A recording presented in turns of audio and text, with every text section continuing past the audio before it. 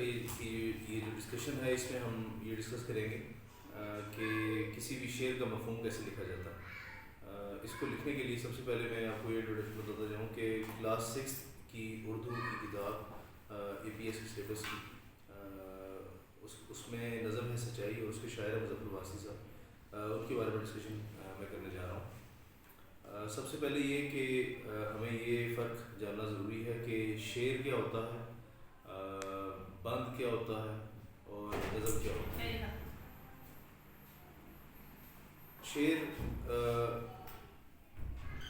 شعر میں دو مصرے ہوتے ہیں, جس طرح فار ایگزامپل لب پہ آتی ہے دعا بن کے تمنا میری, زندگی شمع کی صورت ہو خدایا میری. تو اس میں لب پہ آتی ہے دعا بن کے تمنا میری, یہ ایک مصرع ہے, اور اسی طرح دوسرا مصرع زندگی شمع کی صورت ہو خدایا میری. یہ دونوں مصرے مل کر ایک شعر بناتے ہیں. اسی طرح ایک سے زیادہ اشعار مل کر بند بناتے ہیں, اور ایک سے زیادہ بند مل کر نظم بناتے ہیں. سملرلی دو اصطلاحات استعمال ہوتی ہیں. چھٹی کی جماعت تک تو خیر نظم کا ہی کانسیپٹ صرف دیا جائے گا. ابھی اس نظم میں سچائی میں جو سامنے دیکھ کے مجھے لگ رہا ہے وہ یہ کہ یہ ایک شعر پر مشتمل نظم ہے. جیسے چلا ایک بچہ سفر پر چلا, بہت دور کی راہ گزر پر چلا, اسے راہ میں کچھ بسیرے ملے, بسیرے میں ظالم لٹیرے ملے, لٹیروں نے جامہ تلاشی بھی لی مگر اس کی جیبوں میں کوڑی نہ تھی. انہوں نے کہا لڑکے تو ہی بتا تیرے پاس پیسہ نہیں کوئی کیا. تو یہ پورا ایک ردم میں مظفر واسطی صاحب ردم کے شاعر ہیں, بہت بڑے شاعر ہیں, اللہ تعالیٰ کی مغفرت فرمائے. اب جس طرح پہلے شعر میں مظفر واسطی علیہ رحمہ فرماتے ہیں کہ چلا ایک بچہ سفر پر چلا, بہت دور کی راہ گزر پر چلا. تو اس شعر کا مفہوم جب لکھا جائے گا تو مفہوم بہت ہی سمپل الفاظ میں اپنی بات آپ کر رہے ہوتے ہیں. مفہوم میں آپ اس طرح لکھیں گے کہ ایک بچہ بہت دور کے سفر کی نیت کر کے گھر سے نکلا, اور اس سفر پہ ایک راہ گزر پر وہ چلا. یعنی مفہوم اس کا یہ ہوا کہ ایک بچہ بہت دور کے سفر پر نکلا, بہت دور کے سفر کا ارادہ باندھ کر نکلا. دوسرا شعر اس نظم کا, اسے راہ میں کچھ بسیرے ملے, بسیرے میں ظالم لٹیرے ملے. یعنی رستے میں کچھ جگہوں پر اس بچے نے وہ بچہ رکا, اس آرام کی خاطر اپنے قافلے کے ساتھ وہ بچہ رکا. ان میں سے ایک رکنے والی جگہ پر اسے ظالم لٹیرے یعنی ڈاکو ملے.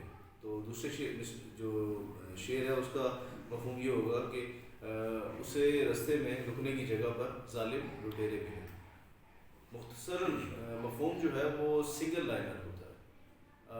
نارملی یہ ہوتا ہے کہ جب آپ شعر کی تشریح کرتے ہیں تو اس میں آپ پہلے لکھتے ہیں, پہلے مفہوم آپ کوٹ کرتے ہیں جس میں آپ سنگل لائنر مینشن کرتے ہیں. فار ایگزامپل اسے راہ میں کچھ بسیرے ملے, بسیرے میں ظالم لٹیرے ملے. یعنی اسے رستے میں جاتے ہوئے جب وہ مختلف جگہوں پہ رکا تو ان میں سے ایک جگہ جہاں پہ وہ رکا وہاں پہ اسے ظالم لٹیرے ملے. اب ظالم لٹیروں نے کیا کیا, ظفر واسطی آگے کہتے ہیں کہ لٹیروں نے جامہ تلاشی بھی لی, لٹیروں نے جامہ تلاشی بھی لی. یعنی لٹیروں نے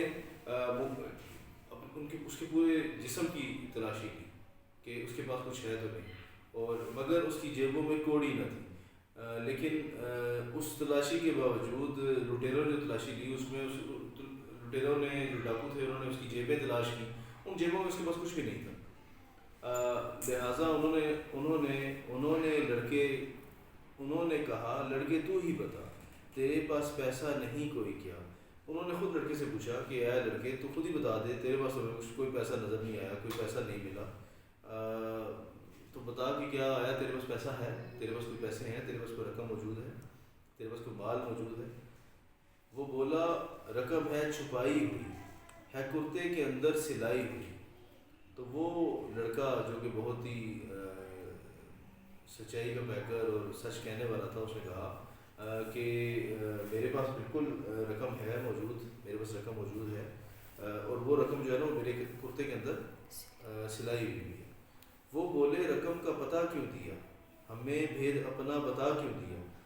جو ڈاکو تھے وہ بڑے متاثر ہوئے. یہ بیسیکلی جو واقعہ کوٹ کیا جا رہا ہے یہ واقعہ سیدنا عبد القادر جیلانی علیہ رحمہ کا ہے، جو کہ وقت کے بہت بڑے اوس گزرے ہیں، بہت ہی نیک بزرگ، اللہ تعالیٰ کے بہت بڑے ولی اللہ گزرے ہیں، اور قادریہ سلسلے کے یہ سخیل گزرے ہیں. عبد القادر جیلانی علیہ رحمہ کو ان کی والدہ نے یہ کہہ کر بھیجا تھا کہ یہ میں سلائی، یہ کچھ اشرفیاں میں تمہارے قمیض کے اندر سلائی کر کے چھوڑ رہی ہوں، اور یہ تم جب وہاں پہنچو گے تو تمہارے کام آئیں گی. تو لیکن بیٹا تم نے جھوٹ نہیں بولی. تو عبد القادر جیلانی علیہ رحمہ کی زیرہ جامع کی جامع تلاشی لینے کے بعد ڈاکوؤں کو جب کچھ نہ ملا، جب کچھ نہ ملا تو انہوں نے پھر یہ پوچھا کہ ہمیں تو کچھ نہیں ملا، تو تم بتاؤ تمہارے پاس کچھ ہے؟ تو اس نے کہا میرے پاس رقم ہے. تو وہ بولے رقم کا پتہ کیوں دیا؟ کہ تم نے رقم کا پتہ ہمیں کس لیے دیا ہے؟ ہمیں بے اپنا بتا کیوں دیا؟ ہمیں کیوں اپنا بے بتا دیا؟ تو بچے نے ان کو دیا یہ جواب، میں کیوں اپنا ایمان کرتا خراب. یعنی بچے نے جواب دیا کہ میں جھوٹ بول کر اپنا ایمان کیوں خراب کرتا؟ مجھے تو جھوٹ بولنے سے ایمان خراب ہو جاتا ہے، اللہ رب العزت پہ جو یقین ہے وہ ختم ہو جاتا ہے.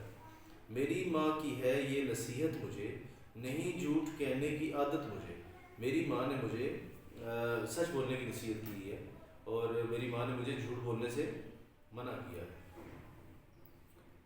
اب اس شعر کا مفہوم کیا ہوگا کہ میری ماں نے مجھے یہ نصیحت کی ہے کہ تم نے جھوٹ نہیں بولنا، اور اس نصیحت کی وجہ سے مجھے جھوٹ بولنے کی عادت ہی نہیں ہے. یہ مختصر سا اس کا مفہوم ہوگا. خدا بھی تو جھوٹوں سے نفرت کرے، جو سچے ہیں ان سے محبت کرے. اللہ تعالیٰ کا طریقہ کار بھی یہی ہے کہ وہ سچوں سے پیار کرتا ہے اور جھوٹوں سے نفرت کرتا ہے. عقیدہ میرا ڈول سکتا نہیں، کبھی جھوٹ میں بول سکتا نہیں. میرا عقیدہ یعنی میرا جو ماننا ہے، میرا جو یقین ہے، وہ کبھی اپنے رستے سے بھٹک نہیں سکتا، کبھی بھی اپنے رستے سے بھٹک نہیں سکتا. بلکہ میرا جو یہ اس عقیدے کی بیس پر میں کبھی جھوٹ نہیں بول سکتا. چاہے میرا نقصان ہو رہا ہو، چاہے میرا فائدہ ہو یا نقصان ہو، میں کبھی جھوٹ بول نہیں سکتا. سنا یہ تو حیران ڈاکو ہوئے، وہ بچے کے آگے دوزانو ہوئے. دوزانو ہوتا ہے جس طرح اتحیات کی پوزیشن میں بیٹھتے ہیں نماز کے دوران، عاجزی کے ساتھ اپنے آپ کو عاجزی کے ساتھ پیش کرتے ہیں اللہ رب العزت کی بارگاہ میں.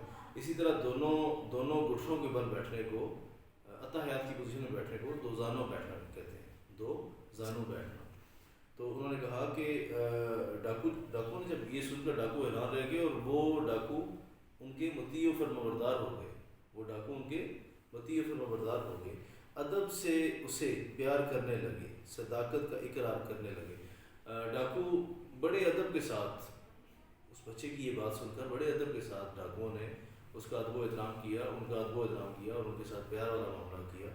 اور ان کی جو صداقت تھی، جو سچ ہوئی تھی، جو صحیح باتیں بتانا، جو سچ بولنا تھا، بیسیکلی اس کا اقرار کیا کہ تم واقعی بیٹا آپ بالکل سچی بات کر رہے ہیں. ڈکیتی سے توبہ لٹیروں نے کی. یعنی اس بچے کی جو بات تھی، اس بات کی وجہ سے لٹیروں نے جو اپنے وہ کام کرتے تھے، ڈکیتی والا، ڈاکہ زنی والا، اس سے انہوں نے توبہ کی. انہوں نے کہا کہ ہم اب یہ فیوچر میں یہ کام نہیں کریں گے. اجالوں سے الفت اندھیروں نے کی، اور انہوں نے اب نیکی کا رستہ جو ہے وہ روشنی کا رستہ ہے. اجالا کہتے ہیں روشنی کو، ٹھیک ہے، روشنی کا رستہ ہے. اور الفت محبت، اندھیروں گناہ کے رستے تھے. تو گناہ گار جو لوگ تھے، جو گناہوں میں ڈوب کر اندھیروں میں غرق ہو چکے تھے، انہوں نے بچے کی اس ایک اچھی بات سے، یعنی سچ بولنے کی عادت سے متاثر ہو کر انہوں نے نیکیوں سے محبت شروع کر دی، اجالوں سے محبت شروع کر دی، اجالوں سے الفت اور محبت شروع کر دی. مدد سچے لوگوں کی ہے غیب سے. جو سچے لوگ ہوتے ہیں، شاید آخری شعر میں یہ بات مظفر واسع صاحب کہہ رہے ہیں کہ جو سچے لوگ ہوتے ہیں ان کی مدد غیب سے، یعنی اللہ رب العزت کی بارگاہ سے ہوتی ہے. سچے لوگوں کی مدد بچاتی ہے سچائی ہر عیب سے، اور سچائی آپ کو ہر عیب سے بچاتی ہے. اللہ تعالیٰ کے نبی صلی اللہ علیہ وسلم کی ایک حدیث مبارکہ ہے، الصدق ینجی والکذب یہلک. سچ نجات دیتا ہے اور جھوٹ ہلاک کرتا ہے. سچ نجات دیتا ہے اور جھوٹ ہلاک کرتا ہے. تو یہ واقعہ بیسیکلی سچائی، یہ پورے واقعے کو مظفر وارثی رحمۃ اللہ علیہ نے اپنی اس نظم سچائی میں قلم بند کیا ہے. اس واقعے کا اگر آپ کے پاس اس نظم کا خلاصہ آ جائے تو آپ اس خلاصے میں بھی حضرت عبدالقادر جیلانی رحمۃ اللہ علیہ کا نام لکھ کر بھی یہ بات کہہ سکتے ہیں کہ ان کے والد فوت ہو گئے تھے.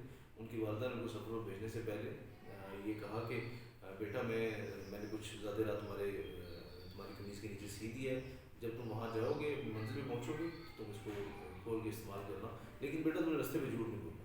تو یہ سارا پیرایا مظفر واسطی نے بڑے ہی سادہ الفاظ میں, بڑے سمپل انداز میں آپ کے سامنے جو ہے وہ یہ رکھا ہے. اور یہ مظفر واسطی کی یہ خوبی ہے کہ یہ بہت مشکل کانسیپٹس کو بہت آسانی سے بیان کر دیتے ہیں. اللہ تعالیٰ ان کی بخشش اور مغفرت فرمائے. تو یہ سچائی میں سے سچائی کی نظم پڑھ کے 3 چیزیں میں نے آج آپ کو سکھائی ہیں. پہلی کہ شعر کیا ہوتا ہے, مصرع کیا ہوتا ہے, شعر کیا ہوتا ہے, بند کیا ہوتا ہے, ٹھیک ہے, اور نظم کیا ہوتی ہے, ٹھیک ہے. اور پھر ہر ایک شعر کا مفہوم کیا ہوتا ہے, ٹھیک ہے. مفہوم اور تشریح میں فرق کیا ہے. تشریح تھوڑی سی ڈیٹیلڈ ہوتی ہے ایکسپلینیشن, جبکہ مفہوم بالکل جو آپ کو شعر پڑھنے کے بعد ایک کرکس جو چھوٹا سا کانسیپٹ جو آپ کو سمجھ آتا ہے وہ کانسیپٹ آپ دے رہے ہوتے ہیں. تو یہ بیسیکلی کانسیپٹ ہے. یہ ویڈیو اگر آپ کو فرض کریں سمجھ نہ آئے تو اس کے نیچے کامنٹس میں جواب بھی آپ دے سکتے ہیں. اور اس کے علاوہ یہ کہ اس ویڈیو کو بار بار دیکھیں تاکہ اس کے کانسیپٹس آپ کو مزید کریں. جزاک اللہ, تھینک یو سو مچ. السلام علیکم ورحمۃ اللہ.